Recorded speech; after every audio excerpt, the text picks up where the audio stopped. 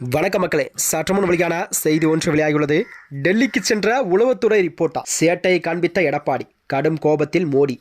வாங்க வீடியோவை முழுமையாக காணலாம். அதாவது சமூகத்தில் கங்கை கொண்ட சோழபுரம் அந்த பிரதமர் மோடி அவர்களை தனியாக சந்திக்க எடப்பாடி பழனிசாமியோ நேரம் கேட்டு ஒதுக்கவில்லை. விமான நிலையத்தில் கூட பலரோடு பழகாத கூட்டமாகத்தான் எடப்பாடி பழனிசாமியோ பிரதமர் மோடியை சந்தித்து வரவேற்பும் கொடுத்தார். இந்த நிலையில்தான் தமிழகம் வந்த பிரதமர் மோடி தனி மெஜாரிட்டியுடன் அதிமுக ஆட்சி அமைக்கும் என முதல்வர் எடப்பாடி பழனிசாமி பதவியேற்பார், அதற்கு பாஜக உறுதுணையாக இருக்கும் என்றெல்லாம் பேசுவார் என்ற எடப்பாடி பழனிசாமி எதிர்பார்த்த நிலையில்தான் பிரதமர் மோடி அது பற்றி எதுவும் பேசாதபடி எடப்பாடி பழனிசாமிக்கு ஏமாற்றமே மிஞ்சியதாக கூறப்படுகிறதா. இதற்கு காரணம் பிரதமர் மோடியும் அமித்ஷாவுடன் எடப்பாடி மீது கடும் அப்செட்டில் இருப்பதாக கூறப்படுகிறது. தமிழகம் முழுவதும் பரப்புரையில் ஈடுபட்டு வரும் எடப்பாடி பழனிசாமி ஆட்சியில் பங்கு கொடுக்க நாங்க என்ன ஏமாளியா என்று பேசியது டெல்லியில் கடும் கோபத்தையும் ஏற்படுத்தியிருப்பதாக தகவல் ஒன்று வெளியாகியுள்ளதா. மேலும் தேர்தல் ஆணையத்தில் கூட அதிமுக பொதுச்செயலர் எடப்பாடி பழனிசாமி தேர்வு செய்வது செல்லாது என்கிற பிரச்சனை நிலுவையில் இருக்கிறதா.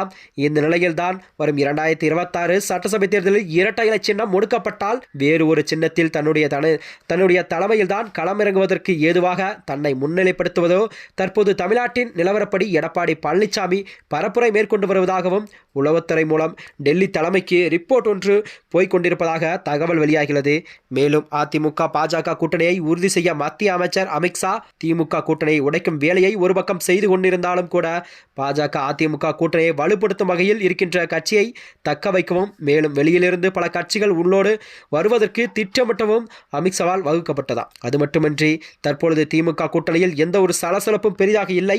அதே நேரத்தில் அதிமுக கூட்டணியில் இருந்தே திமுகவை பக்கம் சாய்ந்து கொண்டிருக்கிறார். மேலும் பன்னீர்செல்வம் இந்த கூட்டணியில் இருந்து வெளிவருவதாக வெளிப்படையாக தெரிவித்துவிட்டு முதல்வர் மு.க.ஸ்டாலினை சந்தித்திருக்கிறார். அந்த வகையில் கூட எடப்பாடி பழனிசாமியை இந்த பாஜக கூட்டணியை தன்னுடைய சுயலாபத்திற்காக பயன்படுத்தி பன்னீர்செல்வத்தை ஓரங்கட்டி விட்டார்களா என்ற அடிப்படையில் எடப்பாடி பழனிசாமி குறித்து பல உளவுத்துறை ரிப்போர்ட்டுகளும் டெல்லி தலைமைச் செயலகத்துக்கு சென்று இருக்கிறது. அந்த வகையில் தான் எடப்பாடி பழனிசாமி பொது வகையில் எடப்பாடி பழனிசாமி பொதுச்செயலாக நியமிக்கப்பட்டது செல்லாது என்கிற வழக்கையும் தள்ளுபடி செய்ய வேண்டும் என்று நீதிமன்றத்தில் எடப்பாடி தரப்பு கொடுத்த மனுவில் நிராகரிக்கப்பட்டதாம்.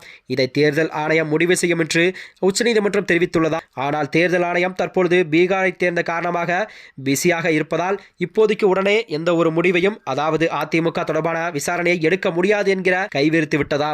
அந்த வகையில் எடப்பாடி பழனிசாமிக்கு ஒரு பக்கம் செக் வைக்கும் வகையில்தான் தேர்தல் ஆணையம் மூலமாக பாஜக பின்னின்று பல வேலைகளையும் செய்து வருவதாக கூறப்படும் நிலையில் கூட்டணியில் இருந்து வெளியேற சென்றவர்களெல்லாம் மீண்டும் கூட்டணிக்குள் உள்ளே வருவதற்கான வேலைகளையும் அமித்ஷா செய்து வருவதாகவும் கூறப்படுகிறதா. மேலும் இதுபோன்ற வீடியோக்களை தெரிந்து கொள்ள நமது சேனலை மறக்காமல் சப்ஸ்கிரைப் செய்து கொள்ளும். நன்றி, வணக்கம்.